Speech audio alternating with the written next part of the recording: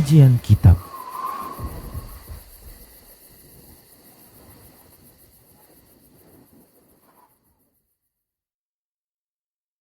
Bismillahirrahmanirrahim. Assalamualaikum warahmatullahi wabarakatuh. Alhamdulillahirrabbilalamin. Wassalatu wassalamu ala rasulillah mabad. Para pemirsa Rosyad TV yang kami cintai karena Allah, kita kembali di programnya Rosyad TV, di program kajian kitab, dan Alhamdulillah kita ketemu di hari Senin pagi untuk mempelajari buku Renungi Perjalanan Hidupmu yang insya Allah nanti dibawakan oleh guru kita Ustadz Abu Ihsan Al-Athari Hafizullah Ta'ala, yang insya Allah nanti juga di segmen kedua kita berikan kesempatan jika masih ada waktu untuk para pemirsa Rosyad TV yang ingin bergabung, bertanya jawab, berinteraktif bersama kita di kajian kitab pagi ini. Dan Alhamdulillah sudah tersambung bersama kita guru kita Ustadz Abu Ihsan Al-Athari Hafizullah Ta'ala, dan kita langsung serahkan ke Ustadz untuk menyambung pembahasan Renungi Perjalanan Hidupmu. Silakan Ustadz. Assalamualaikum warahmatullahi wabarakatuh. Alhamdulillah, nahmaduhu wa nasta'inuhu wa nastaghfiruh wa na'udzu billahi min syururi anfusina wa sayyiati a'malina. May yahdihillahu fala mudhillalah wa may yudlil fala hadiyalah. Asyhadu an la ilaha illallah wahdahu la syarikalah wa asyhadu anna Muhammadan abduhu wa rasuluh. Ya ayyuhalladzina amanu ittaqullaha haqqa tuqatih wa la tamutunna illa wa antum muslimun. Amma ba'du. Para pemirsa dan pendengar Rosyad TV yang dimuliakan Allah, alhamdulillah pada kesempatan pagi ini di tanggal 9 Ramadan, ya, ini adalah hari ke-9 kita berpuasa. Allah masih memberikan kesehatan kepada kita semua. Allah masih memberikan keafiatan sehingga kita dapat melaksanakan kewajiban-kewajiban kita. Para pemirsa dan pendengar yang dimuliakan Allah, pada kesempatan pagi ini seperti biasa kita akan melanjutkan pembahasan buku Renungi Perjalanan Hidupmu. Kita sampai pada pembahasan alam kehidupan dunia. Ini adalah alam ketiga yang kita jalani setelah alam arwah, kemudian alam rahim, kemudian yang ketiga adalah alam dunia. Ya tentunya kalau kita berbicara tentang alam dunia, ya bagi seseorang itu erat kaitannya dengan waktu, yaitu nikmat yang Allah berikan kepada kita, yaitu nikmat waktu. Ya, dan itulah dia dunia. Ya, dunia adalah waktu yang Allah berikan kepada kita. Dan tiap-tiap orang berbeda-beda rezeki waktu yang Allah berikan. Dan Allah Subhanahu wa Ta'ala memberikannya kepada kita. Tapi bukan gratis. Waktu tidak gratis. Waktu bukanlah sesuatu yang diberikan begitu saja. Tapi ada pertanggungjawaban atas waktu. Yang mana Nabi mengatakan, la tazulu qadama 'abdin yaumil qiyamah hatta yus'ala an arba'. Tidak akan bergeser telapak kaki seseorang di hari kiamat nanti hingga dia ditanya tentang 4 perkara. Salah satunya adalah, yang pertama adalah an umurihi fima afna, tentang umurnya, yaitu waktu yang Allah berikan. Itulah umur. Ya. Untuk apa dihabiskan umurnya? Yaitu untuk apa dihabiskan waktunya, ya. Untuk apa dia gunakan waktu itu? Rezeki yang nikmat yang luar biasa, ya. Jadi tanggung jawab waktu adalah tanggung jawab yang besar yang akan kita pertanggungjawabkan nanti di hadapan Allah Subhanahu wa Ta'ala. Ya, maka ya seorang hamba mukmin, ya, dia menyadari begitu berharganya waktu. Karena dia menyadari berharganya waktu, maka dia tidak akan mau membuang-buang waktu. Ya, dia tidak akan membuang-buang waktu. Karena apabila waktu itu sudah habis, ya maka tidak akan diberi tambahan sedikit pun. Ya tidak dikurangi, namun tidak akan ditambah sedetik pun. Apabila datang waktunya, maka apabila selesai ya jatah waktu kita di dunia, maka tidak akan dimajukan dan tidak akan dimundurkan. Sebagaimana firman Allah Subhanahu wa taala, fa idza jaa ajaluhum la yastakhiruna sa'atan wa la yastaqdimun. Ya, jika datang ajal mereka, maka tidak akan diakhirkan sesaat pun dan tidak akan dimajukan.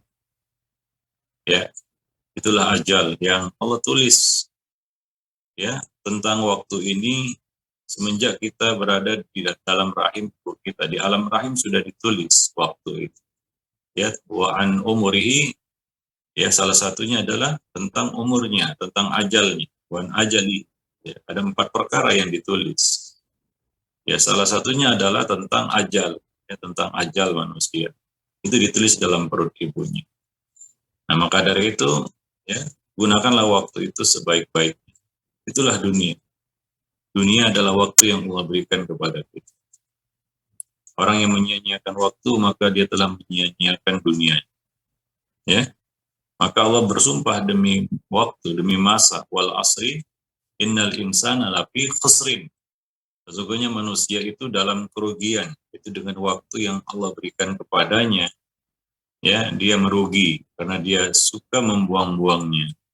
Suka melalaikan waktu itu. Maka kita lihat ya, para salaf dahulu mereka begitu menghargai waktu.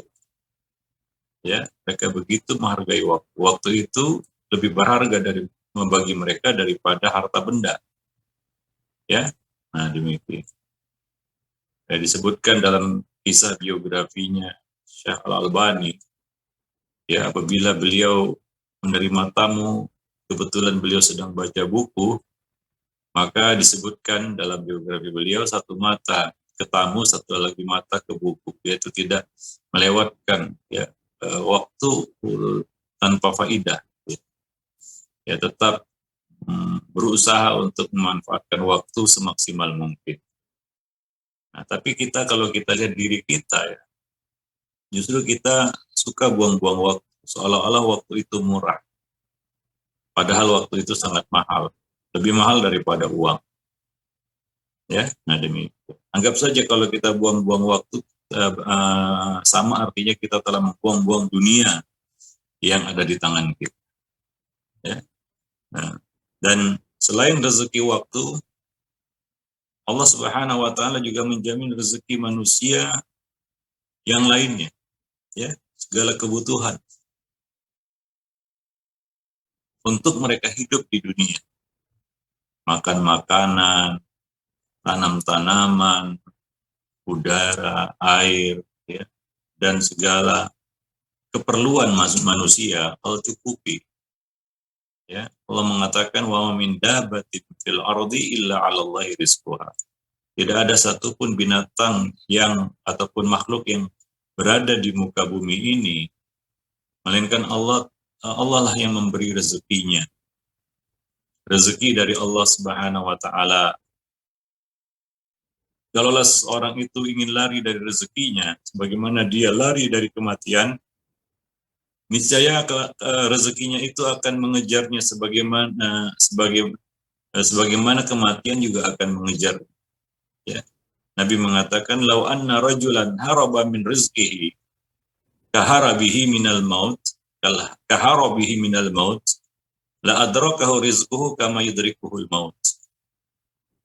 Kalaulah anak Adam lari dari rezekinya, dia ingin menghindar dari rezekinya, sebagaimana dia ingin menghindar dari kematian, niscaya rezekinya pasti menghampirinya, sebagaimana kematian pasti menghampirinya. Ya. Jadi pembagian rezeki itu adalah urusan Allah. Kita tidak akan mampu ya memikirkan tentang pembagian rezeki manusia. Ya tidak akan mampu satu akal pun ya tidak akan mampu seorang pun untuk memikirkan pembagian rezeki manusia atau mengatur pembagian rezeki manusia. Karena Allah Subhanahu wa taala mengatakan di dalam Al-Qur'an, wallahu yakbidu wa yabsutu wa ilaihi turja'un. Allah yang menyempitkan dan melapangkan rezeki, dan kepadanya lah kamu akan dikembalikan. Rezeki datangnya dari langit, dari Allah Subhanahu wa taala. Allah yang membagi-bagi, ya. Ya, menurut kehendaknya, ya. Walaupun kita katakan ada yang namanya akhdul asbab, kita nggak boleh tawakal tanpa usaha, ya. Tapi kadang-kadang ya, begitulah rezeki, itu rahasia ilahi, ya, yang tidak akan bisa kita ungkap. Kadang-kadang ada orang yang berusaha nggak dapat. Nah, di sana ada orang yang nggak berusaha tapi dia dapat. Ada juga kadang-kadang seperti itu, ya. Walaupun normalnya itu ya barang siapa yang mau rezeki ya dia cari, kan begitu, ya. Nah, itu artinya rezeki memang dari langit, ya, dari Allah Subhanahu wa taala. Kadang-kadang kita ya nggak ada angin dan nggak ada hujan, tiba-tiba ketiban rezeki nomplok, kata orang, kan begitu, ya. Dapat rezeki dari arah yang tidak disangka-sangka kadang. Itulah rezeki, ya. Maka seorang muslim tidak perlu mempersoalkan status ekonomi. Status ekonomi itu jangan dikambing hitamkan, ya. Jangan dikambing hitamkan. Wah, ini karena masalah ekonomi. Oh, dia melakukan kejahatan karena faktor ekonomi. Enggak. Orang melakukan kejahatan itu bukan faktor ekonomi. Ekonomi itu jangan dikambing hitamkan, ya. Jangan dikambing hitamkan ekonomi itu, ya. Nah, karena itu dia Allah yang ngatur, Allah yang memberi. Ya, Allah yang membuat seorang itu kaya, mengangkatnya, dan Allah yang membuat seorang itu miskin dan merendahkannya, ya, ataupun menjatuhkannya. Allah Subhanahu wa taala mengatakan di dalam Al-Qur'an, ya, itu timul kahumayyasya. Ya, Allah memberikan kerajaan, kekuasaan kepada siapa yang dikehendaki. Wa yanzi'u an man yasha, dan Allah mencabutnya dari orang yang Allah kehendaki juga. Ya, jadi Allah yang memberi dan Allah yang mencabut. Itu ekonomi ataupun rezeki, itu urusan Allah Subhanahu wa taala, jangan dikambing hitamkan. Jangan kambing hitamkan status ekonomi. Ya, ini gara-gara ekonomi. Bahkan kalau kita kan umat, ada yang mengatakan umat sekarang ini masalahnya adalah masalah ekonomi. Enggak. Nabi enggak pernah mempermasalahkan ekonomi. Ya, ekonomi sahabatnya enggak. Ya, banyak sahabat-sahabat yang miskin, banyak, lebih banyak daripada yang kaya. Tapi Nabi tidak pernah mempersoalkan itu. Ya, Nabi juga tidak mendorong orang-orang miskin supaya tamak, ya, berebut-rebut untuk menjadi kaya, enggak. Ya. Nabi juga tidak melarang orang-orang kaya untuk jadi kaya, enggak juga. Tapi kemiskinan itu bukan masalah. Ya, kemiskinan itu bukan masalah. Dan Nabi tidak pernah mengkhawatirkan status miskin para sahabat. Ya, maka kita jangan mempersoalkannya juga. Itu memang Allah yang mengatur rezeki manusia itu, bukan kita. Ya, karena ketika kita hadir di dunia ini sudah datang dengan rezekinya. Seperti kata orang, rezeki nggak ketukar. Rezeki tidak akan dikurangi dan tidak akan ditambahi dari apa yang telah ditulis di Lauhul Mahfuz. Ya, nah demikian. Allah mengatakan, kullun fi kitabin mubin. Semuanya tertulis dalam kitab yang nyata, yaitu kitab Lauhul Mahfuz. Ya, nah demikian. Dan semua yang Allah berikan, ya, baik itu waktu, kekayaan, harta benda, ya, dunia, ya, hidup yang Allah berikan kepada kita, itu semua adalah dalam rangka ujian. Jadi selama di dunia, manusia akan diuji. Allah mengatakan, inna khalaqnal insana min nutfatin amsyajin nabtalih. Sesungguhnya kami telah menciptakan manusia dari setetes air mani yang bercampur agar kami mengujinya. Dan Allah mengatakan, wa nabluukum bisyarri wal khairi fitnatan. Kami akan uji kamu dengan keburukan dan kebaikan. Ya, dengan dua ujian, bentuk ujian. Yaitu ujian berupa keburukan dan ujian berupa kebaikan. Keburukan misalnya sakit. Kebaikan misalnya sehat. Ya, itu semua ujian. Ya, selama hidup manusia akan terus diuji. Ya, karena untuk itulah mereka diciptakan untuk diuji oleh pencipta. Ya, hak Allah menguji kita. Kewajiban kita makhluk adalah menjalani ujian dari Allah Subhanahu wa taala, bukan menggugat penguji. Ya, bukan menggugat Allah, kenapa saya diuji seperti ini, kenapa saya diuji seperti itu. Siapa yang enggak diuji sama Allah Subhanahu wa taala? Si muslim maupun si kafir. Bahkan hamba yang paling saleh, paling dekat dengan Allah, yaitu para nabi dan rasul juga Allah uji.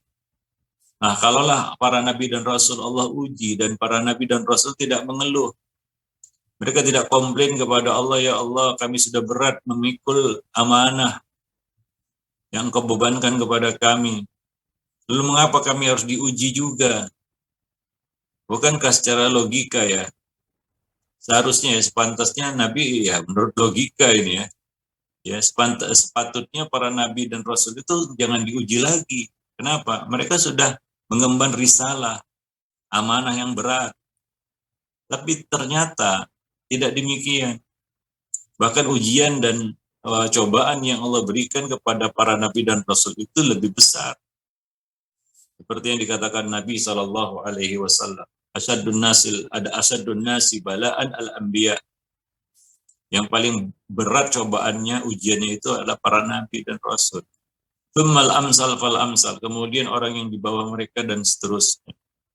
Artinya semakin tinggi tingkat iman seseorang, ya semakin berat ujian yang Allah berikan kepadanya di dunia.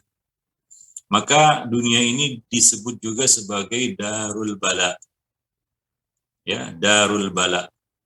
Ya, tempat ujian, negeri tempat ujian. Ya, dan Allah juga menguji manusia dengan perintah dan larangan. Ya, ada kewajiban-kewajiban yang harus kita tunaikan.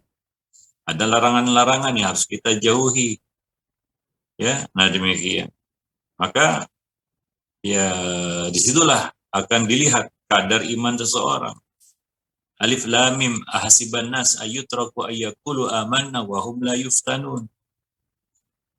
Alif lam mim, apakah manusia dibiarkan akan berkata dengan mudah aku beriman sementara mereka belum diuji. Walaqad fatanna alladziina min qablihim fala ya'lamanna Allahu alladziina shadaqu wa la ya'lamanna al-kadzibin. Ya, sungguh kami telah menguji orang-orang sebelum mereka hingga kami tahu siapakah orang yang benar imannya dan siapa yang dusta imannya. Ya, jadi ujian itu untuk menentukan kadar iman. Itulah dunia tempat kita berada sekarang ini, ya. Setiap hari, setiap saat kita diuji sama Allah Subhanahu wa taala. Kadang diuji dengan keburukan, kadang juga diuji dengan kebaikan. Ya. Nah, untuk melihat di mana tingkatan iman kita. Di mana tingkatan iman kita? Apakah kita termasuk hamba yang beriman kepada Allah walaupun Allah memberikan ujian-ujian kepada kita, atau kita hamba yang kufur, ya yang melawan Allah Subhanahu wa taala, selalu gagal dalam ujiannya. Diperintah tidak dilakukan, dilarang malah justru dilakukan. Ya, nah demikian. Wallahu a'lam. Ya. Bagaimana manusia juga akan diuji dengan berbagai bentuk kenikmatan untuk melihat apakah dia termasuk hamba yang bersyukur atau tidak. Sebagaimana kita diuji dengan musibah untuk menguji melihat siapakah di antara kita yang bersabar atau tidak. Ya. Nah, demikian. Ya. Ujian-ujian yang Allah berikan bertubi-tubi datang dalam hidup kita. Ya, hanya saja orang mukmin dia siap untuk menghadapi ujian dunia. Ujian di dunia. Adapun orang selain mereka ya tidak siap untuk menjalani ujian itu. Bahkan mungkin mereka akan marah, mereka menggerutu, ya mereka kesal dengan ujian-ujian yang Allah berikan kepada mereka. Ya kadang-kadang kita lihat sebagian orang baru diuji dengan diambil sedikit dari hartanya saja, dia sudah kesal sama penciptanya. Ya ini baru baru ada semangat pergi ke masjid di bulan Ramadan. Pergilah dia ke masjid. Ternyata sampai di masjid, dia pergi naik sepeda motor. Pergi ke masjid. Sampai di masjid, ketika akan pulang, kembali ke rumahnya, dia tidak mendapati sandalnya ada di tempat, hilang sandal. Ya, lebih buruk lagi keadaannya, lebih berat lagi ujiannya. Dia dapati sepeda motornya nggak ada di tempatnya juga, hilang sandal plus sepeda motor. Maka dia pun kesal. Ini ujian. Ada hikmah di balik ujian, mungkin untuk membersihkan harta kita, ya, membersihkan dosa kita. Maka dia pun menggerutu. Kalau dia tidak sabar dengan ujian itu, maka dia akan menggerutu. Dia akan berkata, ya sudah, inilah kali terakhir saya ke masjid. Besok-besoknya saya nggak mau lagi ke masjid. Baru mau ke masjid hari ini, sudah hilang semuanya. Ya, nanti menguji, itulah ujian. Allah ambil sedikit. Apa kata Allah? Ya, walanabluwannakum bisyai'in minal khawfi wal ju'. Kami akan uji kamu dengan sedikit dari rasa takut dan rasa lapar. Sedikit. Wanaksin, dan kurang, nggak diambil semua, dikurangi sedikit. Minal amwali wal anfusi was samarat. Ya, dari harta, jiwa maupun buah-buah, sedikit dikurangi, nggak diambil semua. Ya, wabasyiris sabirin, dan berilah kabar gembira bagi orang-orang yang bersabar. Ya, nah tapi ya kadang-kadang kita di dunia ini nggak sabar menghadapi ujian dari Allah Subhanahu wa Ta'ala.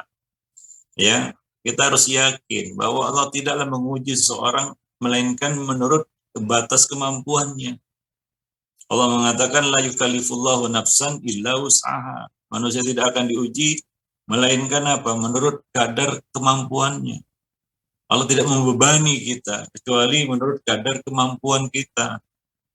Ya, untuk menguji kesabaran kita.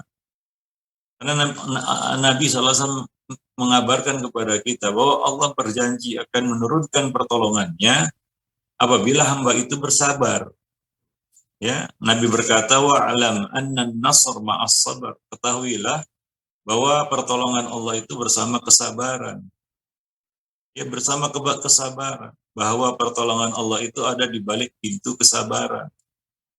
Tapi kadang-kadang kita kurang sabar hingga kita tidak merasakan nikmatnya pertolongan Allah Subhanahu wa Ta'ala. Ya, Allah akan menolong seorang hamba, memberikan jalan keluar baginya. Ya, dengan meneguhkan hatinya, ya, dengan menguatkan imannya, ya, dan memberikan baginya jalan keluar dari masalah yang dihadapinya. Tapi kuncinya, syaratnya adalah dia harus bersabar. Itulah dunia. Ya, di dunia kita masih perlu sabar dan syukur. Bagaimana dikatakan dalam hadis Nabi, ya, ajaban li amril mu'min. Sungguh menakjubkan urusan seorang mukmin. Fa inna amrahu kulluhu lahu khair. Karena semua urusannya baik baginya, bagus baginya. In asabathu syarra in asabathu sarra syakar. Jika dia mendapat kesenangan dia bersyukur. Fakana khairun lahu. Itulah yang baik bagi. Wa in asabathu darra sabar. Namun jika dia ditimpa kesulitan dia bersabar. Fakana khairun lahu, dan itulah yang lebih baik baginya. Wa ma dzalika illa lil mu'min. Dan itu tidak terjadi kecuali atas seorang mukmin. Ya, bagi seorang mukmin yang bisa menempatkan sabar dan syukur pada tempatnya sesuai dengan momentumnya. Ada momentum sabar, ada momentum syukur, ya. Nah, jadi jangan kehilangan momentumnya, ya, para pemirsa dan pendengar Rosyad TV yang dimuliakan Allah. Nah, demikian. Dan juga, ya, Allah menjanjikan, ya, bahwa, ya, seperti yang Allah sebutkan di dalam surat Zumar ayat 10, ya. Qul ya ibadilladina amanu taqu rabbakum. Ya, katakanlah wahai hamba-hambaku yang beriman, hendaklah bertakwa kepada Rabb kamu. Takwa kepada Allah. Lilladzina ahsanu fi hadhihi dunya hasanah. Sungguh bagi orang-orang yang berbuat baik di dalam kehidupan dunia ini, di alam dunia ini, Bagi mereka kebaikan juga. Al jazaul ihsan illal ihsan. Bukankah balasan dari kebaikan itu adalah kebaikan juga? Maka baik-baiklah kamu di dunia ini. Wa ardullahi wasi'ah. Sesungguhnya bumi Allah ini luas. Ya untuk kamu. Ya, innama yuwaffas sabiruna ajrahum bighairi hisab. Sesungguhnya Allah akan membalas ya pahala orang-orang yang bersabar itu tanpa batas. Ya, ini luar biasa. Dan di bulan Ramadan ini kita kan melatih kesabaran. Salah satunya. Salah satu makna puasa itu adalah al-imsak, menahan. Menahan itu sabar.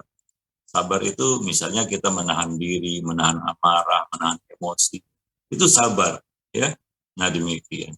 Dan pahala orang sabar adalah tanpa hisab, maksudnya tanpa batas, ya. Nah, demikian. Maka manusia akan diuji dengan segala ketetapan takdir Allah, baik yang ia sukai maupun yang tidak dia sukai. Dan sebagai seorang hamba, kita diperintahkan untuk bersikap ridha dan selalu berbaik sangka kepada Allah Subhanahu wa taala. Sebab Allah akan selalu mengikuti persangkaan kita.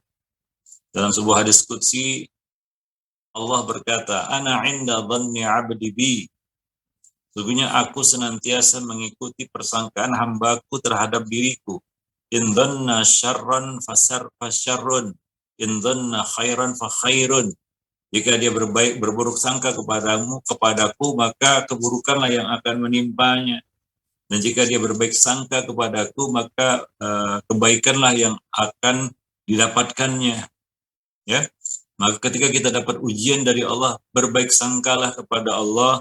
Pasti ada hikmah di balik ujian di alam dunia ini. Jadi alam dunia penuh ujian. Ya. Dari awal kita lahir sudah diuji dengan mengganggunya setan, ya, menusuk kita hingga kita menangis.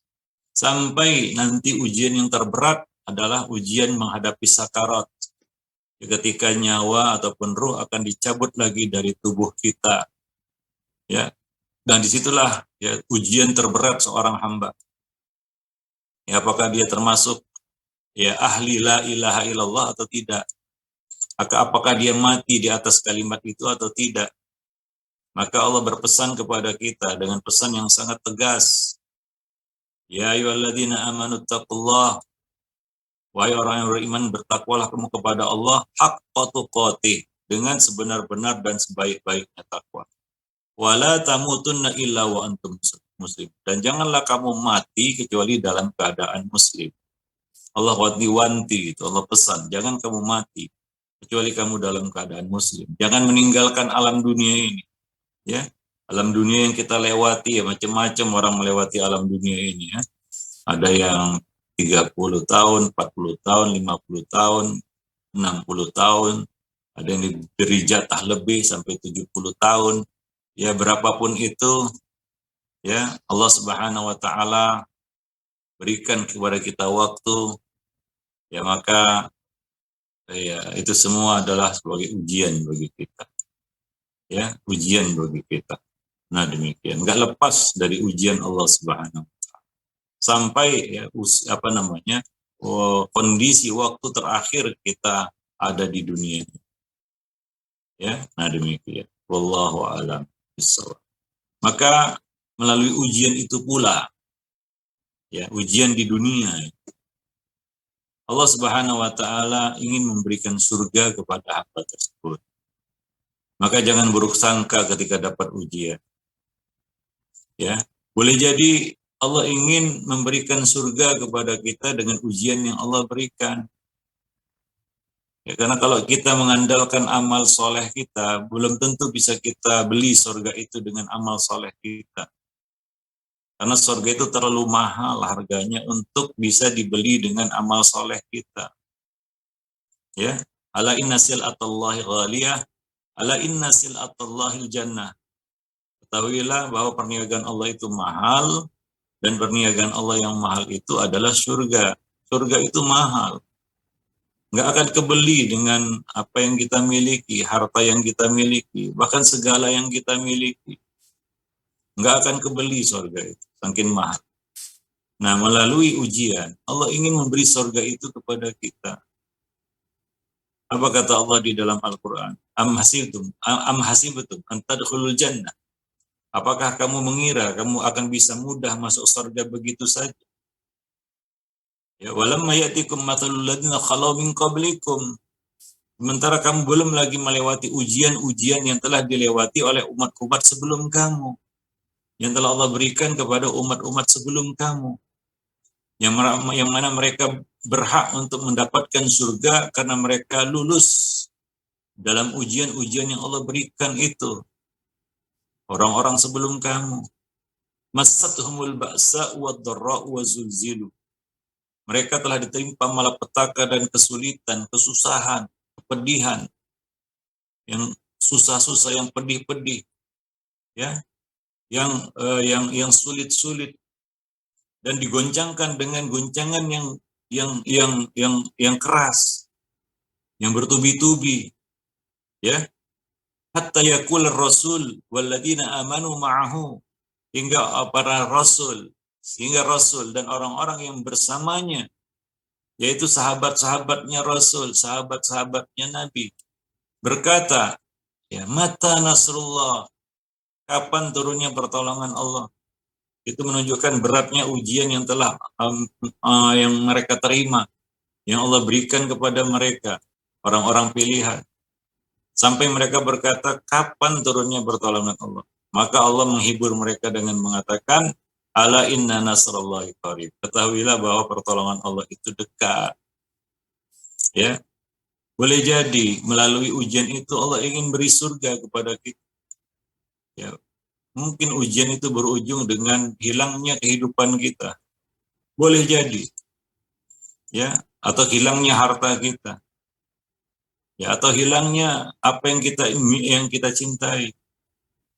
Tapi melalui itu Allah Subhanahu wa taala menjanjikan surga.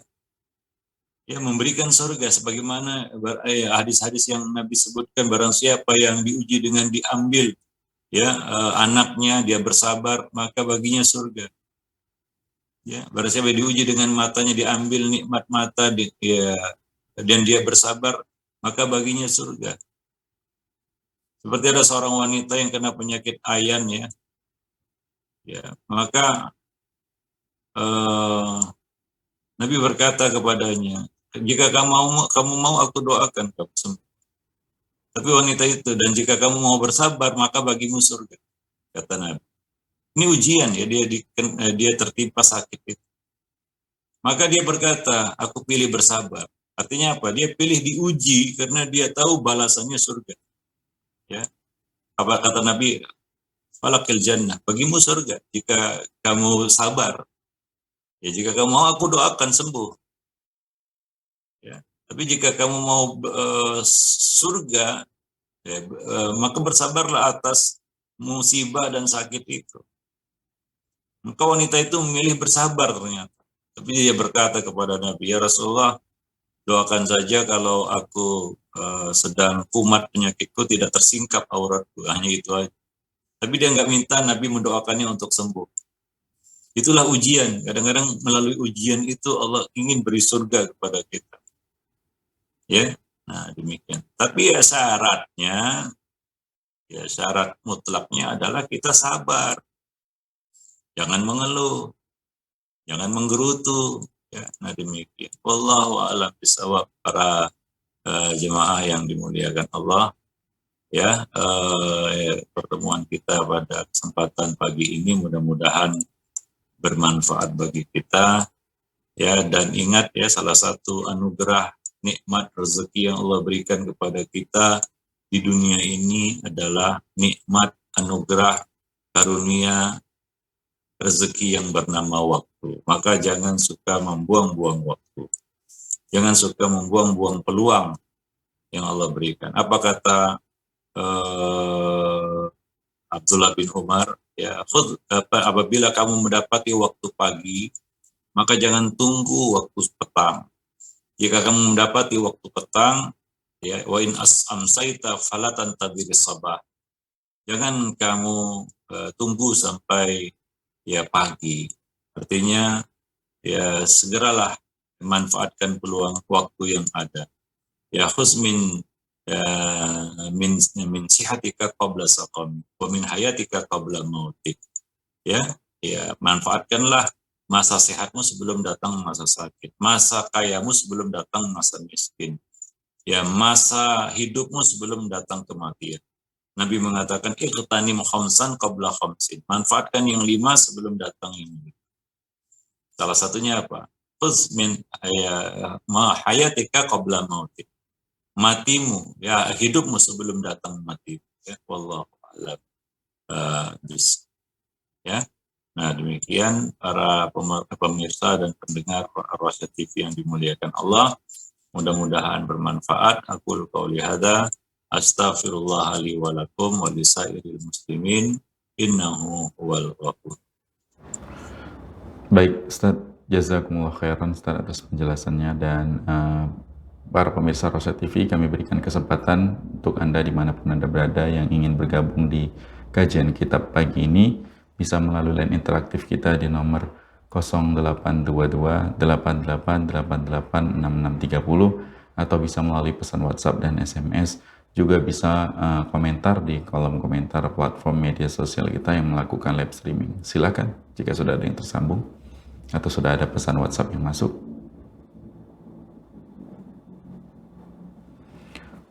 Baik Ustaz, pertanyaan dari studio Ustaz, terkait sholat tarawih atau sholat malam dan sholat witir Ustaz di bulan Ramadan. Apakah bisa dicukupkan saja kita ketika sholat tarawih tanpa menambahnya lagi sholat malam? Dan apakah benar sholat witir itu hanya bisa dikerjakan sekali dalam satu malam Ustaz? Silakan Ustaz. Ya, pertama Nabi mengatakan la witrani fi lailatin, ya, tidak ada 2 witir dalam satu malam. Witir ya cukup sekali aja. Ya. Nah, sekali aja untuk satu malam. Kalau bisa juga jadikan sholat witir itu sebagai sholat yang terakhir. Ya, itu anjuran ataupun perintah dari Nabi SAW. Maka bagi yang ingin sholat, menyambung sholatnya di malam hari, ya silakan dia tunda witirnya sampai ya akhir malam, ya akhir malam. Nabi mengatakan sholatul laili masna masna. Sholat malam itu 2 rakaat, 2 rakaat, 2 rakaat, 2 rakaat, 2 rakaat, ya 2 rakaat, ya. Nah, demikian. Jika kamu takut, ya jika kamu khawatir ya kedahuluan fajar, maka tutuplah dengan terbitnya fajar maksudnya, maka tutuplah dengan ya 1 rakaat witir. Nah, demikian. Wallahu a'lam bishawab, ya. Nah, apalagi ya mungkin ya ada 2 sholat malam di bulan Ramadan. Yang pertama namanya Qiyam Ramadan, itulah yang disebutkan Nabi SAW dalam hadis beliau, yaitu ya Nabi mengatakan ya man qama ramadhana imanan wa ihtisaban. Man qama ramadhana imanan wa ihtisaban. Barang siapa yang melakukan Qiyam Ramadan ya karena iman dan mengharap pahala, ghufira lahu ma taqaddama min dzambi, maka diampuni dosa-dosanya yang telah lalu. Nah, itu namanya Qiyam Ramadan. Ya, kemudian di sana ada yang namanya Qiyam Lailatul Qadar. Nah, ini khusus untuk 10 malam terakhir. Khususnya malam-malam ganjil, namanya Qiyam Lailatul Qadar. Nabi mengatakan man qama Lailatul Qadri ya imanan wa ihtisaban summa wufiqat lahu. Ghufira lahu ma taqaddama min dzambi. Barang siapa yang melakukan salat Qiyam Lailatul Qadar. Ya, Nabi menyebutkan nama itu, Qiyam Lailatul Qadar. Man qama Lailatul Qadri. Ya, malam berapa itu kan dirahasiakan. Ya, jadi maksudnya adalah malam-malam yang diperkirakan Lailatul Qadar. Nabi mengatakan di malam-malam ganjil. Jangan lewatkan 23, 25, 27. Nah, ini namanya Qiyam Lailatul Qadar. Ya, Nabi berbeda mengerjakannya dengan Qiyam Ramadan biasa. Kalaulah Qiyam Ramadan biasa beliau melakukannya di awal malam, ya maka Qiyam Ramadan ini, ya Qiyam Lailatul Qadar ini, beliau melakukannya lebih panjang dari biasa. Ya, hampir-hampir beliau mengerjakannya sepenuh malam. Pernah Nabi mengerjakannya malam ke-23, Nabi keluar mengerjakannya sepertiga malam. Ya, malam 25-nya Nabi mengerjakannya hampir separuh malam. ya. Dan pada malam 27-nya Nabi mengerjakannya hampir sepenuh malam. Nah, ini namanya qiyam Lailatul Qadar, ya, yang berbeda dengan qiyam Ramadan biasa. Maka orang yang sudah membulatkan tekadnya, berazam, berniat untuk melakukan qiyam Lailatul Qadar, ya dia tidak perlu witir dulu. Dia dia silakan ya, tunda witirnya nanti setelah dia mengerjakan qiyam Lailatul Qadar, ya. Nah, demikian. Wah, itu yang terbaik. Wallahu a'lam.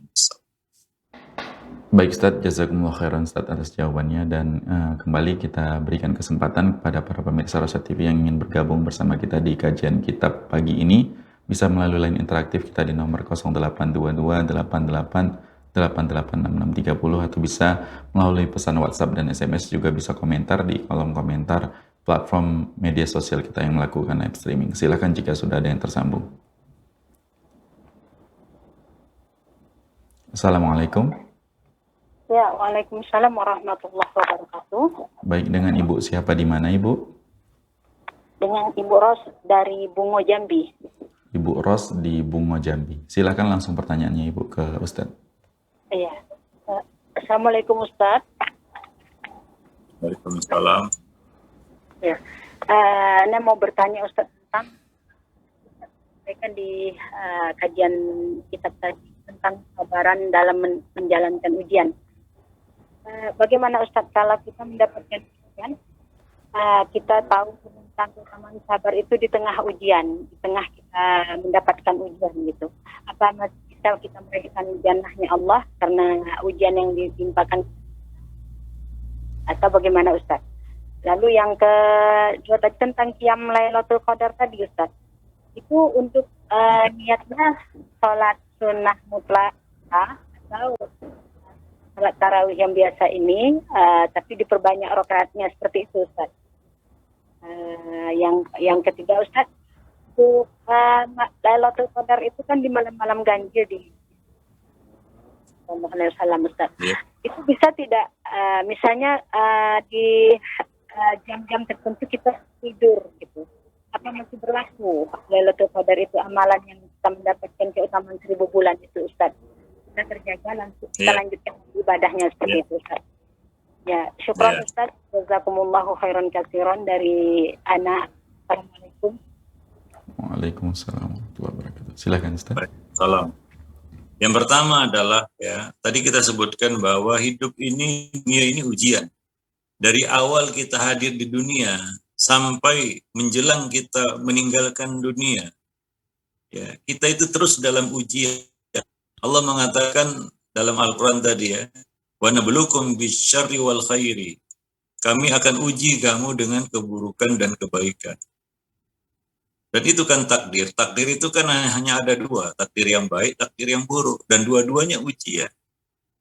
Ya, maka untuk itulah kita diciptakan. Sepanjang hidup kita ini ya diuji. Kita sakit diuji, sehat dari sakit, sembuh dari sakit, dapat sehat diuji juga itu dengan ujian sehat.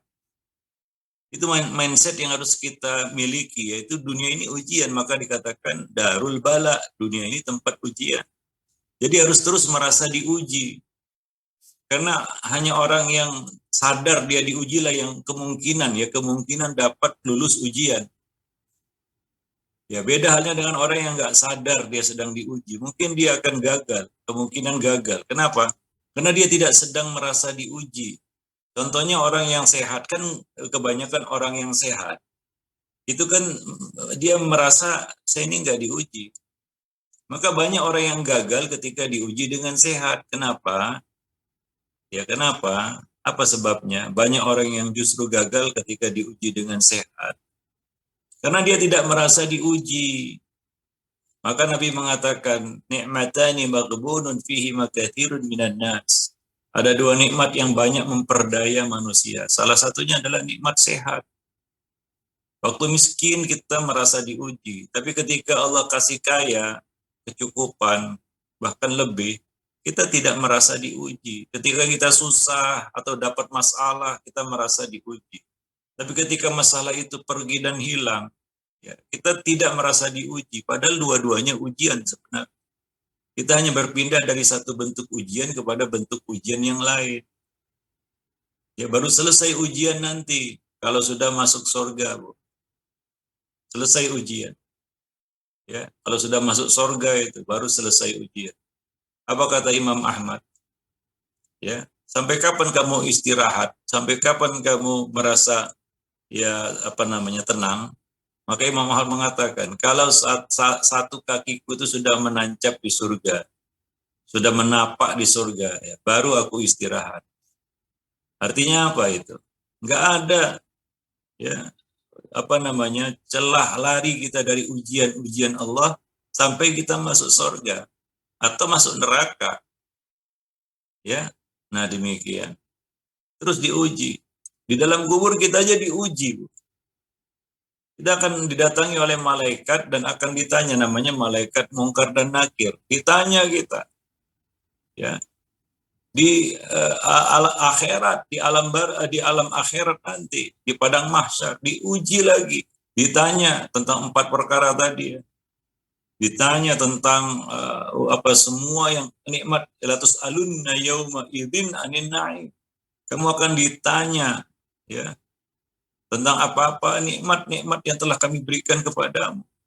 Itu ujian-ujian sampai menyeberangi sirat, nggak ada selesainya hingga satu tapak kaki kita sudah menapak di surga.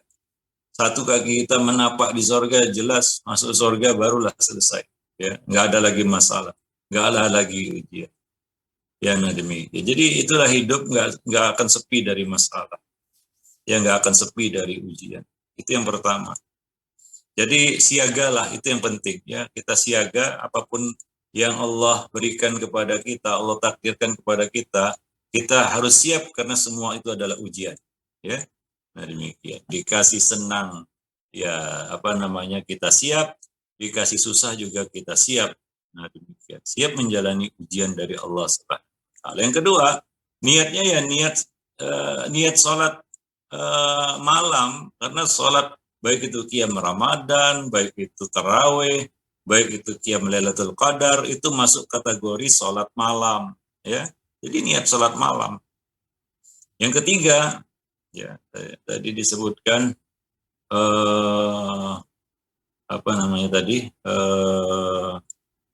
yang ketiga apa lupa saya. Tertidur dulu, Ustaz. Istirahat dulu. Iya. Ya begini ya. Nggak mengapa sih tidur, tapi jangan ketiduran gitu. Ya, kadang-kadang ini yang jadi masalah. Niatnya sih tidur dulu, ya tapi akhirnya ketiduran, hingga terluput gitu ya. Sholat qiyam Lailatul Qadarnya terluput ya. Bangun-bangun sudah menjelang sahur. Ya, karena tidur itu kadang-kadang ya nggak bisa diprediksi juga. Maka bersiap saja. Ya gini ya. Cuma ada 3 malam, 5 malam paling lama, yang jelas 3 malam nggak boleh dilewatkan. Yang kita harusnya terjaga, gitu. Katakan pada mata jangan pejam, katakan sama badan jangan rebah kalau bisa. Ya, kita siap-siapnya bagaimana? Tidurnya itu siang hari, karena kita memang mau bersiap nanti malam ini malam 27 misalnya. Saya nggak mau terlewat kesempatan. Ini kesempatan cuma sekali dalam setahun gitu ya. Dari 365 malam, hanya ada 1 malam yang Allah pilih dari sekian banyak malam-malam yang lainnya di dalam 1 tahun. Maka kita bersiap, tidurnya itu kalau bisa ya pada siang hari, sehingga memang kita persiapkan. Maka orang mengejar Lailatul Qadar itu memang harus bersiap-siap. Ya, dia persiapkan dirinya dari siang hari. Dia tidur siang misalnya, dia menjaga kondisi badannya, jangan capek kali. Ya, karena nanti malam ini malam 27 misalnya ini ya. Maka dia persiapkan dirinya. Ya. Nah, dia persiapkan dirinya. Nah, ketika mulai ya qiyam Lailatul Qadar itu, dia ikut. Ya, kalau bisa ya dihabiskan waktunya itu untuk sholat. Ya, nah demikian. Nah itu kalau kita persiapkan. Kalau tanpa persiapan, ya itu tadi. Kalau siangnya kecapean, ya kalau siang kita kecapean, nggak istirahat juga. Malam yang mana mungkin kita punya daya tahan yang terbatas, ya. Nah demikian, ya terpaksa harus tidur dulu kan begitu ya. Nah karena kecapean akhirnya ketiduran, judulnya tidur-tiduran, ya ujung-ujungnya ketiduran kan begitu ya. Nah, akhirnya terlewatlah kesempatan tadi, ya terluput dia dari kesempatan tadi, ya. Nah demikian, wallahu a'lam bishawab. Ya kalau mau tidur sih nggak jadi masalah, itu bagus ya. Tapi untuk malam Lailatul Qadar itu, Nabi, coba lihat, Nabi aiqadha ahlahu. Nabi membangunkan keluarga beliau. Artinya nggak ada yang terlelap. Membangunkan keluarga beliau. Itu yang disebutkan Aisyah. Jika masuk 10 malam terakhir, Nabi membangunkan keluarga beliau. Di malam 27, Nabi membangunkan mereka dan ikut sholat bersama beliau. Ya, dan Nabi mengerjakan sholat di malam 27 itu hampir sepenuh malam. Hingga sahabat-sahabat yang ikut sholat bersama Nabi berkata, ya kami baru selesai sholat hingga kami takut terluput, terlewat makan sahur. Itu saking panjangnya Nabi mengerjakan sholat ya pada malam itu. Dalam rangka mengejar Lailatul Qadar. Karena tidak semua orang dapat Lailatul Qadar. Karena Nabi mengatakan, "Tsumma wufiqat lahu." Kemudian diberi taufik dia untuk mendapatkannya. Maksudnya apa? Tidak semua orang mendapatkan. Yang tidur dapat tidur lah, ya. Yang sibuk yang lain-lain ya dapat kesibukannya. Yang sholat maka dia dapat Lailatul Qadar. Wallahu a'lam bishawab. Nah, demikian. Kalaulah semua orang bisa dapat Lailatul Qadar, Nabi nggak perlu repot-repot, capek-capek sholat sampai sepenuh malam. Ya cukup tidur aja, ya santai-santai, ya nggak perlu berjibaku istilahnya. Ya toh dapat semua kan. Kalau semua dapat ya, maka nggak perlu berjibaku seperti itu. Nabi mengajarkan kepada umatnya bahwa harus begitulah caranya untuk mengejar, hunting ya, memburu Lailatul Qadar itu. Nah demikian. Wallahu a'lam bishawab. Nah, qiyam Lailatul Qadar ini yang kadang-kadang dilalaikan orang. Dia cukup dengan apa? Di malam 27 ini, dia ikut sholat habis Isya, cuma 30 menit. Habis itu dia tidur. Walaupun dia melek, untuk apa dia melek? Ya, amal yang terbaik adalah sholat, bukan yang lain, bukan sedekah, bukan baca Quran. Bukan sedekah dan baca Quran nggak bagus. Bagus. Tapi apakah demikian Nabi mengejar Lailatul Qadar? Enggak. Nabi mengejar Lailatul Qadar itu dengan sholat. Maka dikatakan qoma Lailatul Qadri. Dan sholat Nabi pun enggak seperti biasa. Ya, dan untuk menunjang itu bahkan beliau beriktikaf, memastikan beliau ada di masjid. Ya, karena kalau kita iktikaf kan lebih siap dan kita berada di masjid, kan begitu ya. Nah, kalau kita di rumah nggak jamin lah berapa lama kita sanggup sholat. Paling lama 30 menit mungkin, atau mungkin 1 jam. Tapi kalau di masjid kan kita bisa lebih dari itu. Ya, nah demikian. Ya semua terpulang kepada diri kita masing-masing, mau atau tidak mau ya. Ya nggak bisa nggak dipaksakan juga karena ini nggak wajib ya. Siapa yang mau aja. Ya, nah demikian. Ya kita mengadakan qiyam Lailatul Qadar di Medan ya. Dulu ya waktu saya masih di Medan. Awal-awalnya juga nggak banyak yang ikut. Ya lama-lama ya makin banyak, makin penuh masjid itu. Manusia makin sadar ya. Banyak yang sadar juga bahwa ya inilah dia ya cara kita untuk mengejar Lailatul Qadar. Ya perlu bersama begitu ya. Mengapa Nabi membiarkan sahabat-sahabat ikut sholat bersama beliau? Bahkan di malam 27 itu Nabi membangunkan keluarga dan membiarkan mereka ikut serta bersama beliau sholat sampai sepenuh malam, hampir sepenuh malam. Untuk apa itu semua? Kalau bukan dalam rangka mengejar Lailatul Qadar. Ya, nah demikian. Wallahu a'lam bishawab. Dan itu yang kita lihat di belahan bumi lain. Ya, di belahan bumi lainnya. Misalnya di Saudi Arabia, di Pakistan, ya kita lihat seperti itu. Ya, nah namun di sini mungkin kesadaran itu yang belum ada ya. Nah, sebagian masjid mengadakannya. Ya dulu hanya beberapa masjid di atau ya, akan cuma ya di beberapa masjid lah di Medan, tapi pada akhirnya banyak juga yang ikut kan begitu.